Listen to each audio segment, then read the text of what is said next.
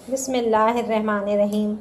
अस्सलाम वालेकुम। Welcome to my channel MSc Nadia. आज की वीडियो में हम एक्सरसाइज 22.2 स्टार्ट करने जा रहे हैं।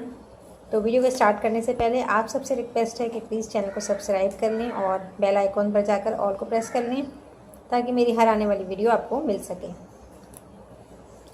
क्वेश्चन 1 है, obtain percentage histogram, frequency polygon, cumulative frequency table and ogive for the following data.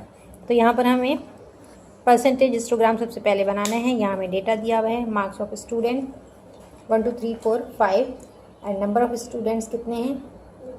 तो कौन यानी ये फ्रीक्वेंसी है कि कितने स्टूडेंट ने 1 मार्क हासिल किया, कितनों ने 2 हासिल किया। तो ये नंबर ऑफ स्टूडेंट जो है वो फ्रीक्वेंसी है। अब हमें यहाँ पर नंबर ऑफ ऑब्जर्वेशन, तो डेटा तो हमें देखने से पता चल रहा है कि डिस्क्रीट डेटा है। डेटा कैसा है, डिस्क्रीट है। और नंबर ऑफ ऑब्जर्वेशन हम ये नंबर ऑफ स्टूडेंट्स को प्लस कर लेंगे तो हमारे पास नंबर ऑफ ऑब्जर्वेशन आ जाएगी। ठीक है, number here number of observation is equal to 15। Data are discrete, so data represent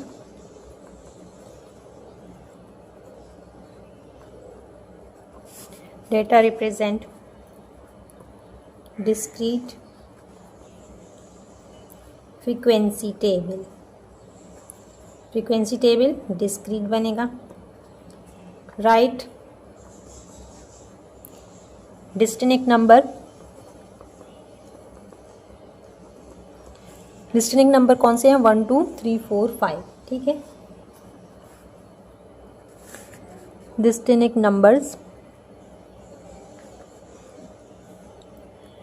1 2 3 4 and 5। Representing class, ये क्लास को रिप्रेजेंट कर रहे हैं। representing classes on x-axis with fixed interval। ठीक है, तो इसको आपने x-axis पर रखना है और ये क्या है, क्लासेस को रिप्रेजेंट कर रहे हैं नंबर ऑफ मार्क्स। ठीक है, सॉरी, मार्क्स ऑफ स्टूडेंट जो है वो क्लासेस को रिप्रेजेंट कर रहे हैं और इनको एक्सेस पे रखेंगे विद फिक्स्ड इंटरवल। ठीक है, आपने एक स्केल जो है सूटेबल सा ले लेना है और फिक्स इंटरवल पर इसको रखना है। एंड फ्रीक्वेंसी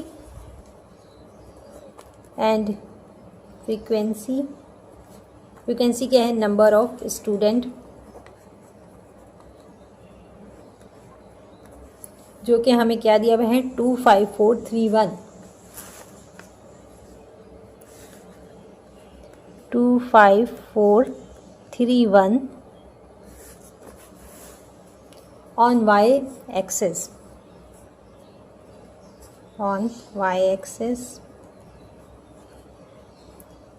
with 0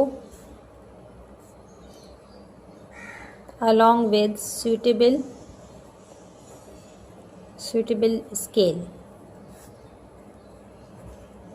scale लेना ज़रूरी है। ठीक है, स्केल आपने ज़रूर लिखना है। अब हमें डिस्क्रीट फ्रीक्वेंसी टेबल बनाना है, तो क्या होगा, क्लासेस क्या है, नंबर ऑफ स्टूडेंट। इसके अलावा क्लासेस और ग्रुप्स जो भी है, आप ग्रुप्स भी लिख लें। फ्रीक्वेंसी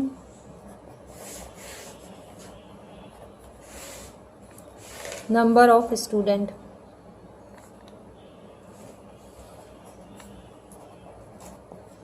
इसके बाद है रिलेटिव फ्रीक्वेंसी। रिलेटिव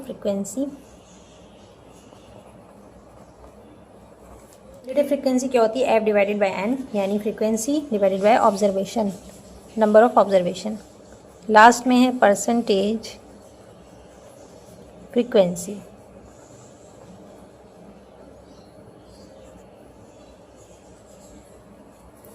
ये कॉलम हमने बना लिया, लाइन खींच लीजिएगा आप।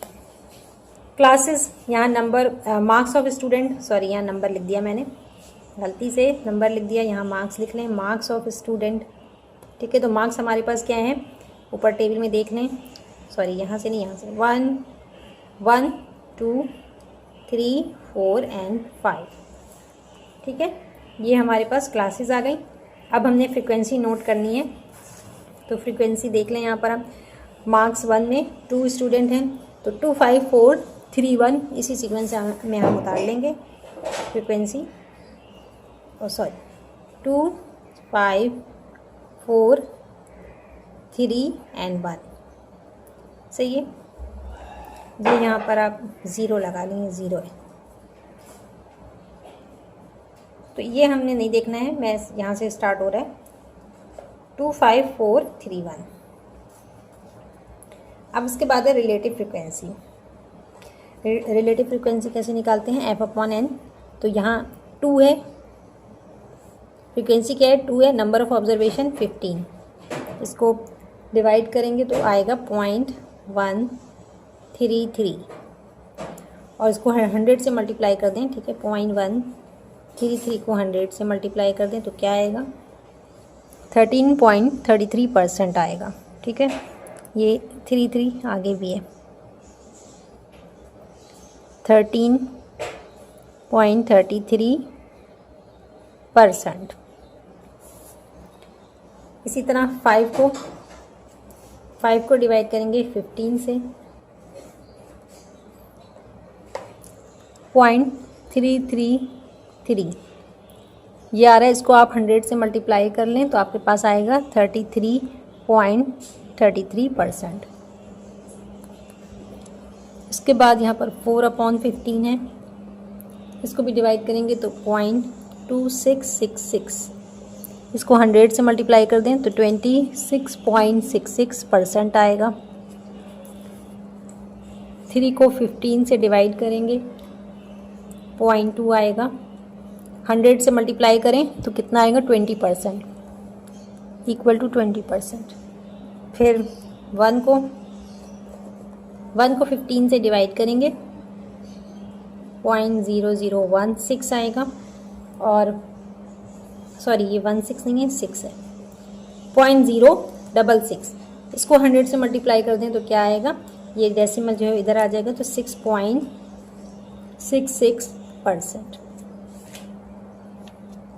ये वैल्यूज़ आ गई, हमें परसेंटेज फ्रीक्वेंसी भी मिल गई और यहाँ पर टेबल हमने कंप्लीट कर लिया। ठीक है, अब यहाँ पर नंबर ऑफ ऑब्जर्वेशन कितनी आ रही है, n = 15, यहाँ टोटल लिख लें आप।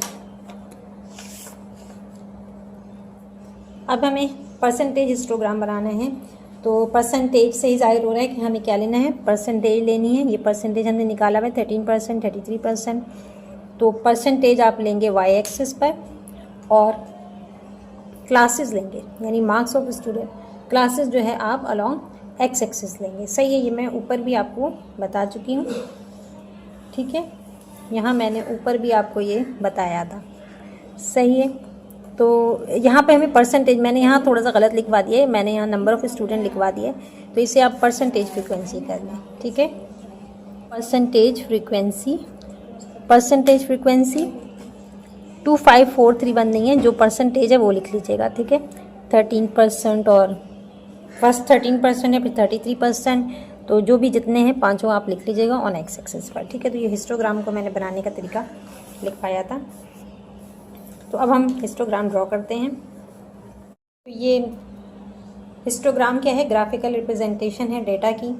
तो यहाँ पर हमने ग्राफ बनाया, ग्राफ आप पहले भी बना चुके होंगे। ये एक्स एक्सिस है, ठीक है, ये हॉरिजेंटल लाइन जो है वो क्या है, एक्स एक्सिस, और ये Y axis along the vertical axis. ठीक है, तो अब यहाँ पर एक्स एक्सिस पे आपने क्या लेना है, मैंने आपको बताया था कि क्लासेस लेंगे हम। ठीक है, तो क्लासेस क्या है, मार्क्स ऑफ स्टूडेंट,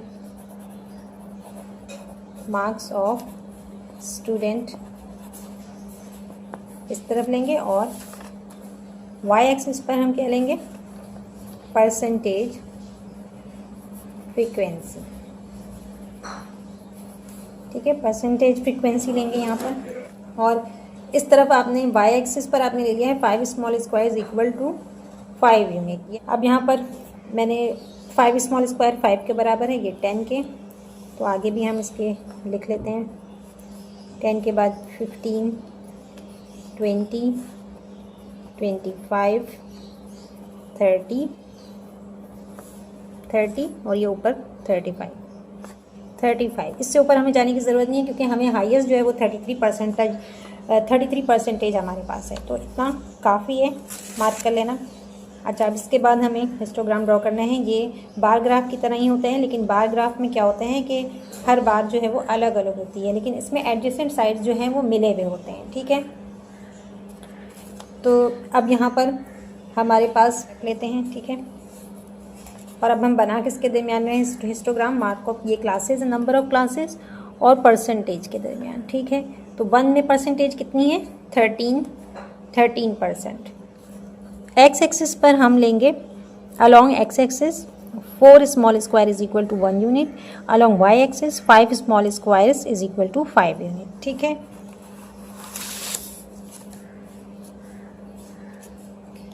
अब यहाँ पर आप एक्स एक्सिस पर भी लगा लें, मार्क्स ऑफ स्टूडेंट डालना है हमें। यहाँ पर नंबर ऑफ क्लासेस आएंगी, यानी मार्क्स ऑफ स्टूडेंट।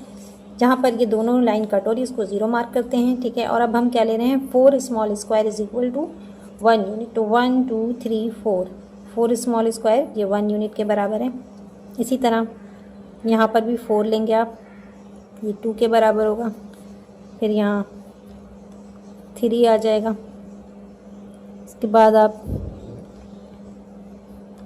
4 काउंट करते जाएंगे और निशान लगाते जाएंगे। ठीक है, तो 4 का आपने इंटरवल रखना है, बराबर इक्वल इंटरवल, फिक्स इंटरवल ले लिया हमने। अब यहाँ पर आपने देखना है कि 1 जो है वो कहाँ जाके 1 के साथ क्या है? 13%। ठीक है, क्लास 1 का हमने कैलकुलेट किया था तो 13% आ रहा था। तो यहाँ क्या है? ये 10 आया, 10 11 12 13 यहाँ पर आ रहा है। सही है, अब आप इसको स्क्वेल से यहाँ पर 2 इस तरह से ड्रॉ करना है, बार ऐसे बनाने, 2 इधर ले लिए और 2 इधर, यानी 2 and 2 4।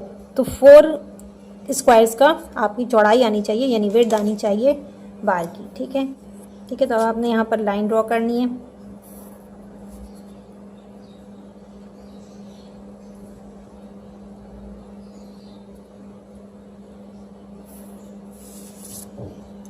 सही है, तो ये एक फर्स्ट बार हमने बना लिया है। ये 13% है, इधर आप 13% लिख दें। ठीक है, तो ये बराबर इक्वल विड्थ आ रही है, 4 है, 1 2 3 4 और 1 जो है वो दरमियान में आ रहा है। सही है, इसी तरह से सेकंड भी बनाना है और इसके हिस्टोग्राम में एडजेसेंट साइड जो है वो मिले हुए होते हैं, जुड़े हुए होते हैं। ठीक है, तो नेक्स्ट क्या है? 2 क्लास है। क्लास 2 में हम देखते हैं कितनी फ्रीक्वेंसी है। 33% किधर आएगा? ये 2 की लाइन है।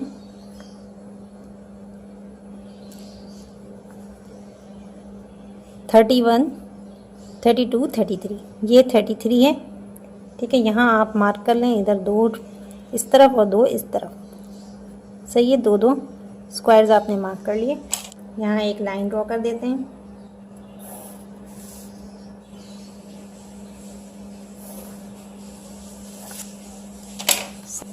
देखेंगे हमने बना लिया।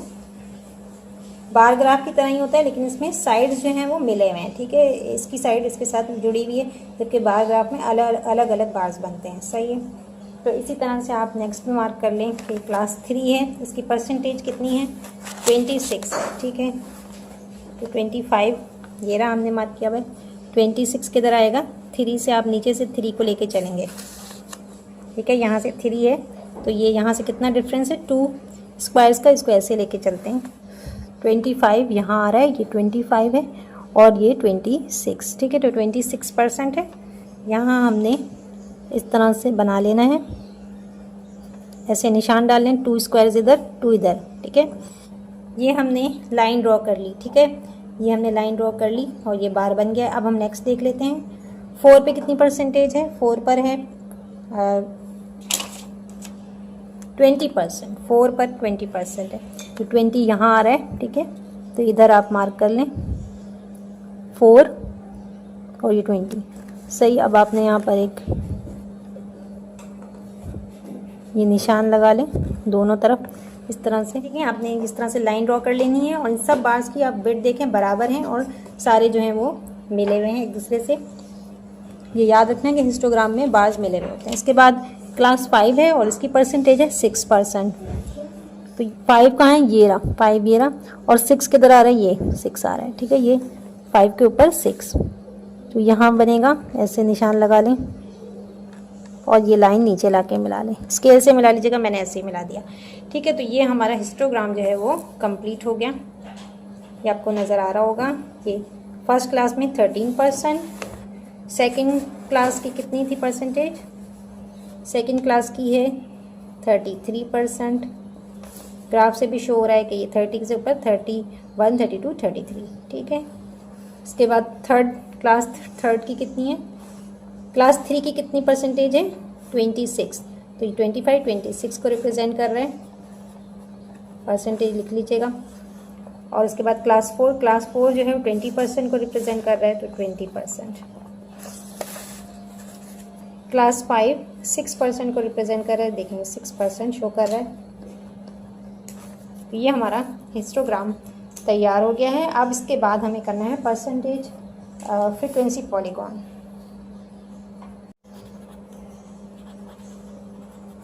फ्रीक्वेंसी पॉलीगॉन, डेटा डिस्क्रीट है तो डिस्क्रीट फ्रीक्वेंसी टेबल बनेगा, ठीक है। डेटा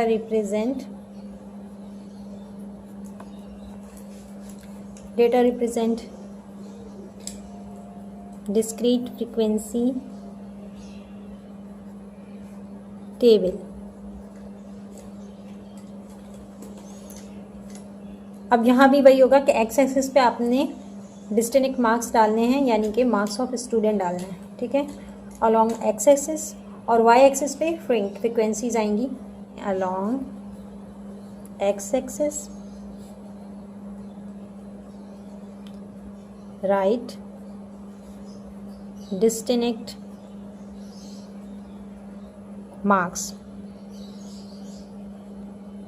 मार्क्स क्या है, 1, 2, 3, 4 एंड 5, या नंबर ऑफ क्लासेस कह रहे हैं, ठीक है। और वाई एक्सिस पर अब देखें, पॉलीगॉन के अंदर ये होता है कि हम जो ग्राफ बनाते हैं वो नंबर ऑफ क्लासेस के दरमियान बनता है, और किसके दरमियान बनेगा, रिलेटिव फ्रीक्वेंसी हम लेंगे, ठीक है।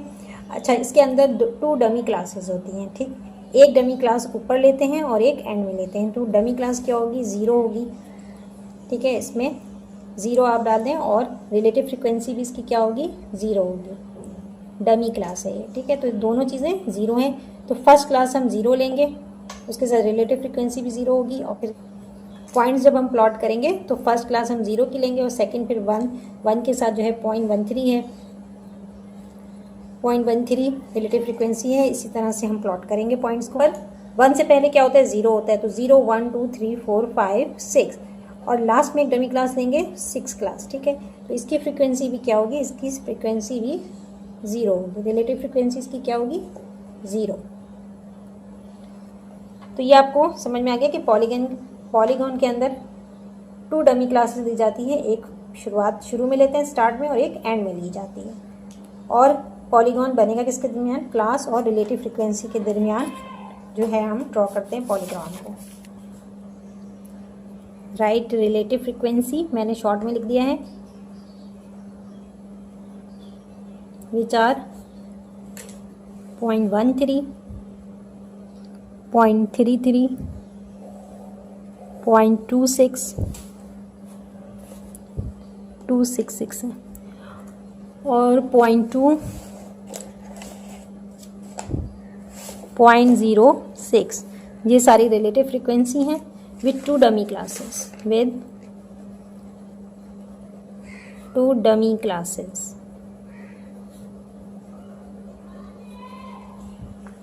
The plotted points are, so the plotted points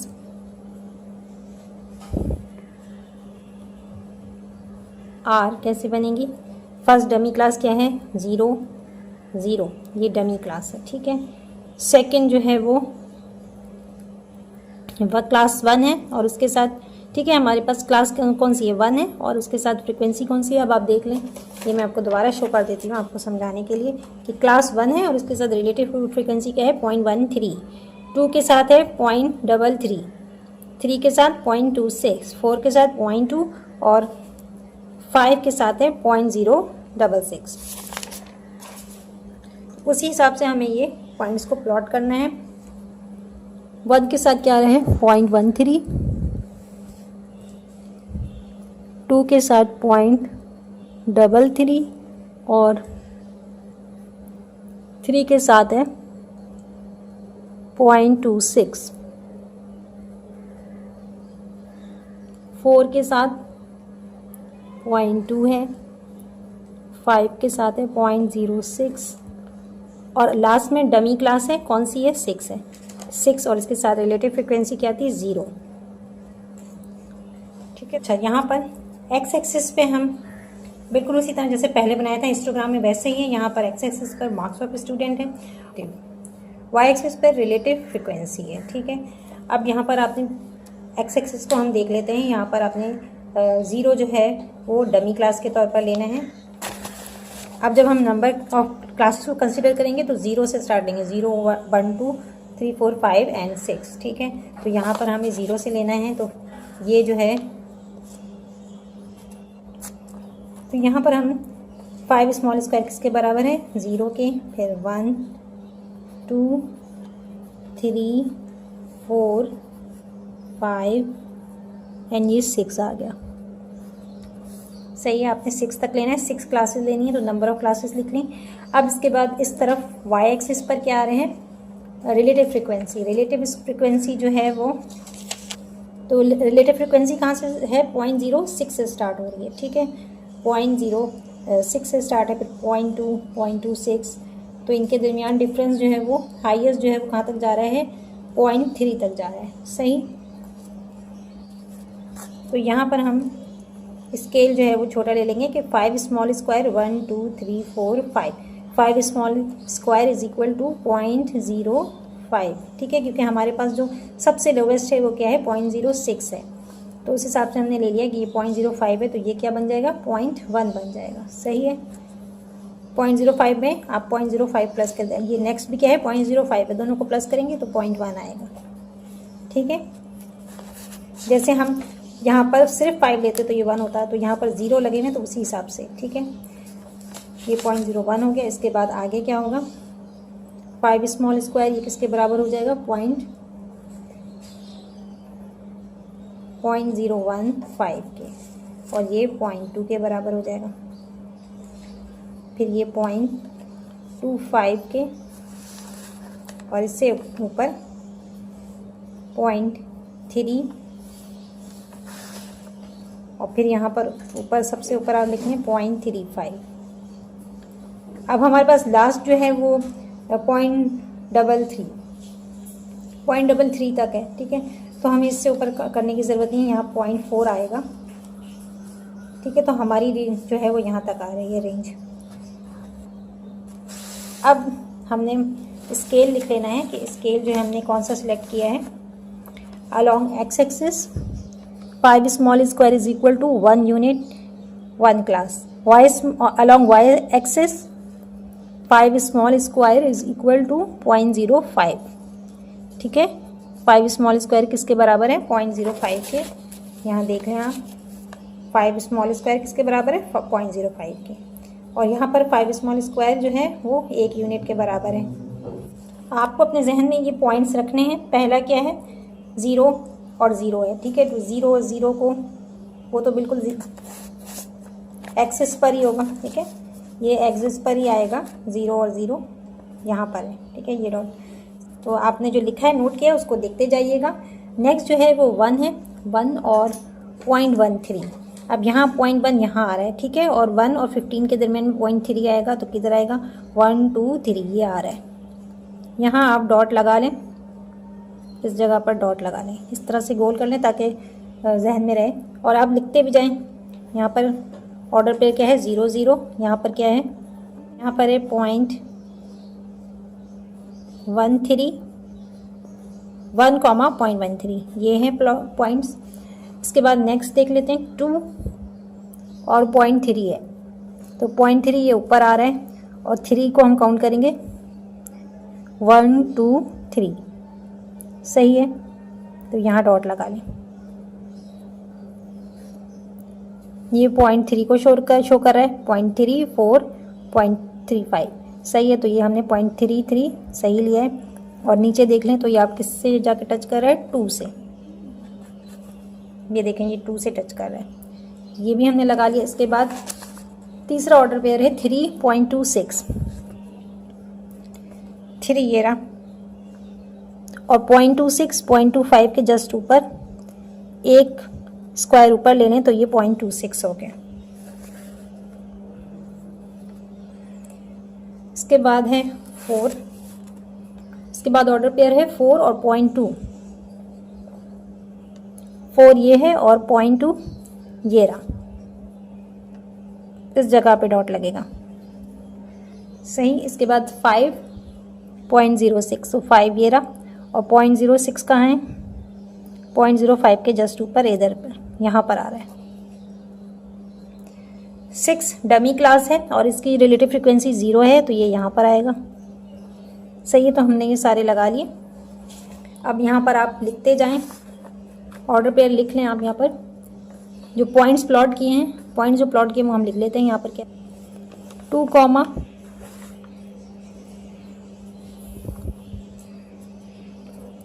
0.33 ये ऑर्डर पेयर है 2, 0.33। ये वाला ऑर्डर है 3, 0.26 शो भी कर रहा है ये 0.26 को। इसके बाद है 4, 0.2 और ये आप देख लें 5 है, ये किसको शो कर रहा है, 0.6 को शो कर रहा है, 5, 0.6। इस तरह से आपने इसको लिख लेना है, लेबल कर लेना है। अब लाइन आप स्केल की मदद से आप ये सारे पॉइंट्स को ज्वाइन कर लें, ठीक है। ये नीचे वाला 6 है, 6,0, तो स्केल की मदद से आप ये सारे लाइन ड्रॉ कर लें। तो ये सारे पॉइंट्स जो हैं स्केल की मदद से आपने ज्वाइन कर लेना है। तो देखें इस तरह का आपका पॉलीगॉन बनेगा। तो ये उम्मीद करती हूँ कि आपको समझ में आ गया होगा। मैं तो सवाल में हमें हिस्टोग्राम बनाना था जो हमने बना लिया, फ्रीक्वेंसी पॉलीगॉन भी बना लिया। अब क्यूमुलेटिव फ्रीक्वेंसी टेबल ये रह गया, तो इसको भी हम कर लेते हैं, ठीक है। अब हमें क्यूमुलेटिव फ्रीक्वेंसी टेबल बनाना है। फॉर क्यूमुलेटिव फ्रीक्वेंसी टेबल, जैसा कि हमें मालूम है कि हमें डेटा कौन सा दिया हुआ है, डिस्क्रीट डेटा है, ठीक है। डेसिमल नहीं है, तो डेटा कैसा है, डिस्क्रीट है।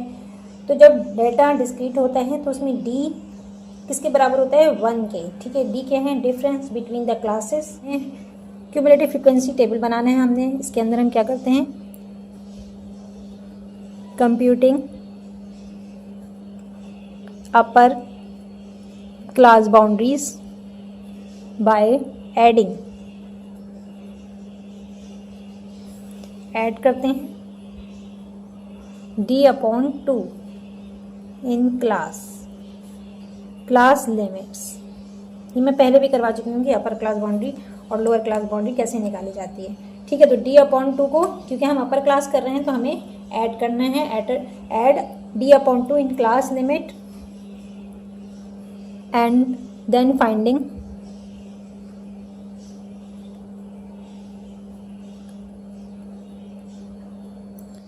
cumulative frequencies.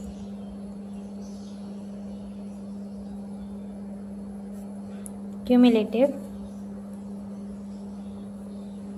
frequencies we have.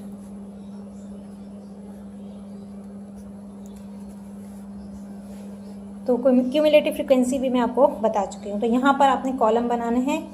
सबसे पहला कॉलम जो बनेगा वो बनेगा क्लास का। फर्स्ट जो है वो क्लास, ये ग्रुप्स कह लें, और दूसरा है अपर क्लास बाउंड्रीज, तीसरा बनाएंगे फ्रीक्वेंसीज, और लास्ट में क्यूमुलेटिव फ्रीक्वेंसी, ठीक है। क्यूमुलेटिव फ्रीक्वेंसी टेबल बनाना है, ये हम टेबल बनाने जा रहे हैं। फर्स्ट जो है वो क्लास है, second upper class boundary, third frequencies और फोर्थ क्यूमुलेटिव फ्रीक्वेंसी। क्लास जो है वो कौन सी है? 1, 2, 3, 4 एंड 5। क्लास या मार्क्स ऑफ स्टूडेंट जो भी आप लिख सकते हैं। इसके बाद है upper class boundary. Upper class boundary में क्या होता है? D/2। यहाँ पर D क्या है? 1 है, ठीक है। 1/2 को आप डिवाइड कर लें तो क्या आएगा? 0.5 आएगा, ठीक है। ये पहले भी करवा चुकी हूँ आपको।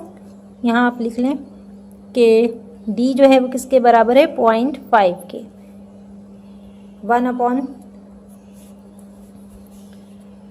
1 के बराबर है, 1/2 को डिवाइड करेंगे 0.5 आएगा। तो अब आप क्लास लिमिट क्या है? यहाँ तो क्लास लिमिट 1 ही है, इसमें आप 0.5 ऐड करते जाएं, ठीक है। तो 0.5 ऐड करेंगे तो क्या हो जाएगा? 1.5, ये 2 में 0.5 ऐड करेंगे 2.5 है, 2.5 अपर क्लास बाउंड्री, 3.5, इसी तरह 4 में 0.5 प्लस करेंगे 4.5 और इसके बाद ये 5.5। सही। फ्रीक्वेंसीज कितनी है? फ्रीक्वेंसी ये लिखी हुई है 2, 5, 4, 3, 1। ये मार्क्स ऑफ स्टूडेंट यानी क्लासेस, और ये आपकी फ्रीक्वेंसी दी हुई है 2, 5, 4, 3, 1। तो यहाँ लिख लेते हैं 2, 5, 4, 3 एंड 1। अब क्यूमुलेटिव फ्रीक्वेंसी भी आप निकाल चुके हैं, बहुत आसान है। फर्स्ट तो 2 ही होगा, 2 में 5 प्लस करेंगे 7, 7 में 4 11, 11 में 3 14 हो जाएगा और 14 में 1 15। फिर जो है वो किसके बराबर है? 15। नंबर ऑफ ऑब्जर्वेशन हमारे पास क्या है? 15 है। तो 15 = n, ये हमारा बन गया। अब आखिर में हमें क्यूमुलेटिव फ्रीक्वेंसी टेबल बनाना है। लास्ट में हमें क्यूमुलेटिव फ्रीक्वेंसी टेबल बनाना है, जो कि बनेगा marks of student upper class boundary, ठीक है। ये अपर क्लास बाउंड्री हमने मालूम की थी। पहले हमें ये कंप्यूट करना था, क्यूमुलेटिव और अपर क्लास बाउंड्री, ये दोनों हमने कंप्यूट कर लिया। अब हमने क्या करना है? इन दोनों के दरमियान टेबल बनेगा, जो कि कहलाता है क्यूमुलेटिव फ्रीक्वेंसी टेबल, ठीक है। तो यहाँ पर अपर क्लास बाउंड्री जो है वो क्या है? 1.5 है। अब इसमें एक हम डमी क्लास भी लेते हैं। मैं यहाँ पर एक लाइन छोड़ना भूल गई, ठीक है। एक डमी क्लास होगी, तो यहाँ पर 1 होता तो डमी क्लास क्या बनती? 0 बनती, लेकिन यहाँ पर 1.5 है, ठीक है। 1.5 है तो इसमें डमी क्लास क्या बनेगी? 0.5 बनेगी, ठीक है।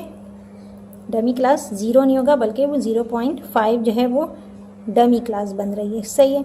और इसके लिए क्यूमुलेटिव फ्रीक्वेंसी क्या होगी? क्यूमुलेटिव फ्रीक्वेंसी 0 होगी, सही। तो ये आपने ऐड कर लेना है टेबल में। तो यहाँ पर आप फर्स्ट जो है वो क्या बना रहे हैं? डमी क्लास बना रहे हैं। डमी क्लास है 0.5 और क्यूमुलेटिव फ्रीक्वेंसी 0 है, ठीक है। ये मार्क्स ऑफ स्टूडेंट फर्स्ट में, और नीचे जो है वो नंबर ऑफ स्टूडेंट है, क्यूमुलेटिव फ्रीक्वेंसी यानी। इसके बाद 1.5 है, तो फिर क्यूमुलेटिव फ्रीक्वेंसी कितनी है? 2 है। यहाँ 1.5 लिख रहे हैं, यहाँ 2.5, 3.5, 4.5, 5.5। ये आपने सारी अपर क्लास बाउंड्री आपने सारी उतार ली टेबल के अंदर। अब क्यूमुलेटिव फ्रीक्वेंसी उतार लें, ठीक है। 1.5 के साथ कितना है? 2 है, फिर 7, 11, 14 एंड 15, ठीक है। तो ये हमारा टेबल भी तैयार हो गया। यहाँ पर सेम वही क्वेश्चन है, construct a cumulative frequency table using the following data. Data वही दिया हुआ है, marks of student, number of student, ठीक है। तो ये आप यहाँ से भी कॉपी कर सकते हैं, पूरा यहाँ समझाया हुआ है, बिल्कुल वही है, डेटा बिल्कुल वैसा ही दिया हुआ है, ठीक है। तो इसमें इन्होंने पूरा बनाया है इसी तरह जैसे मैंने आपको समझाया। डी जो है 1 के बराबर है, नंबर ऑफ ऑब्जर्वेशन 15 है, और इसमें अपने टेबल में अपर क्लास बाउंड्री UCB में निकालना है और क्यूमुलेटिव फ्रीक्वेंसी, और लास्ट में ये क्यूमुलेटिव फ्रीक्वेंसी टेबल बना के दिखाया है। इसमें फर्स्ट जो है वो डमी क्लास लेनी है, ठीक है। यहाँ लिखा हुआ है adding a dummy upper class boundary in start = 0.5 with the cumulative frequency 0। The required cumulative frequency table is, ये आपको दिया हुआ है, marks of student, number of student, और ये टेबल बना हुआ है पूरा, ठीक है। तो ये एग्जाम्पल पेज नंबर 40 पे आपको मिल जाएगी, और ये इस सवाल के में जो भी लिखने का पोर्शन है वो आप यहाँ से ले सकते हैं। क्यूमुलेटिव फ्रीक्वेंसी टेबल हमने यहाँ पर बना लिया है। अब सवाल में आपसे कहा गया है कि आपने ओगेव को भी ड्रॉ करना है, ठीक है। तो सबसे पहले हम ये समझ लेते हैं कि ओगेव कहते किसे हैं। ओगेव जो है वो ग्राफिकल रिप्रेजेंटेशन होती है। क्यूमुलेटिव फ्रीक्वेंसी डिस्ट्रीब्यूशन को कहा जाता है, ओगेव का नाम दिया गया। पेज नंबर 141 पर ये मौजूद है, ड्रॉ क्यूमुलेटिव फ्रीक्वेंसी पॉलीगॉन, ठीक है। तो क्यूमुलेटिव फ्रीक्वेंसी पॉलीगॉन को हम ओगेव भी कहते हैं, यहाँ लिखा हुआ है, इसमें आप पढ़ लीजिएगा, एग्जाम्पल भी दी हुई है, ठीक है। तो ये ग्राफिकल रिप्रेजेंटेशन है। तो अब मैं आपको बताती हूँ कि ये किस तरह से आपको करना है। तो यहाँ पर इन्होंने ग्राफिकल रिप्रेजेंटेशन बना के भी दिखाई हुई है, एग्जाम्पल भी दी हुई है, ठीक है। यहाँ पर एक्स एक्सिस पर आप लेते हैं अपर क्लास बाउंड्री और वाई एक्सिस पर आप लेते हैं cumulative frequency. Cumulative frequency table बनाया है, इसी की मदद से हम ओगेव यानी कि क्यूमुलेटिव फ्रीक्वेंसी पॉलीगॉन भी ड्रॉ कर लेंगे, ठीक है। इसके अंदर हम देख लेते हैं, ये दिया हुआ है अपर क्लास बाउंड्रीज है, इसको किस पे लेंगे, एक्स एक्सिस पर लेना है। और नंबर ऑफ स्टूडेंट यानी क्यूमुलेटिव फ्रीक्वेंसी, ठीक है। क्यूमुलेटिव फ्रीक्वेंसी लिए तो अपर क्लास बाउंड्री और क्यूमुलेटिव फ्रीक्वेंसी के दरमियान ये ग्राफ ड्रॉ होगा। एक्स एक्सिस पर आपने क्या लेना है, अपर क्लास बाउंड्री लेनी है और वाई एक्सिस पर क्यूमुलेटिव फ्रीक्वेंसी। तो यहाँ पर मैंने ग्राफ जो है वो ड्रॉ कर लिया है। ये एक्स एक्सिस है, एक्स एक्सिस पर मैंने लिया है marks of student, upper class boundary, और वाई एक्सिस पर नंबर ऑफ स्टूडेंट यानी क्यूमुलेटिव फ्रीक्वेंसी ली है, ठीक है। तो आपने ग्राफ जो है ड्रॉ करना है किसके दरमियान, अपर क्लास बाउंड्री और क्यूमुलेटिव फ्रीक्वेंसी के दरमियान ड्रॉ करनी है। यहाँ पर आप टेबल को सामने रख लीजिएगा। यहाँ पर सबसे कम जो है वो अपर क्लास बाउंड्री क्या है, 0.5 से स्टार्ट हो रहा है, 5.5 तक जा रहा है, सही है। तो इसी हिसाब से हमें स्केल जो है इसी हिसाब से हम सिलेक्ट करेंगे, ठीक है। और यहाँ पर 0 से स्टार्ट हो रहा है और 15 तक जा रहा है क्यूमुलेटिव फ्रीक्वेंसी में। तो यहाँ पर मैंने 5 स्मॉल स्क्वायर्स ले लिए हैं जो कि 1 क्लास के बराबर हैं। और वाई एक्सिस पर मैंने लिया है 6, ठीक है। 5 में लिया 1 2 3 4 5 6 small square is equal to 2। तो टेबल में आप देख सकते हैं कि ये 0 से स्टार्ट हो रहा है क्यूमुलेटिव फ्रीक्वेंसी, तो इस हिसाब से मैंने यहाँ पर 0 ये है और यहाँ 2, ठीक है। और यानी 3 स्मॉल स्क्वायर जो हैं वो 1 के बराबर होगा। तो आप स्केल यूँ भी लिख सकते हैं कि 3 small square is equal to 1। तो यहाँ मैंने स्केल लिख दिया है, along X axis 5 small square is equal to 1 unit and Y axis 6 small square is equal to 2 unit, या ऐसे भी लिख सकते हैं कि 3 small square is equal to 1 unit.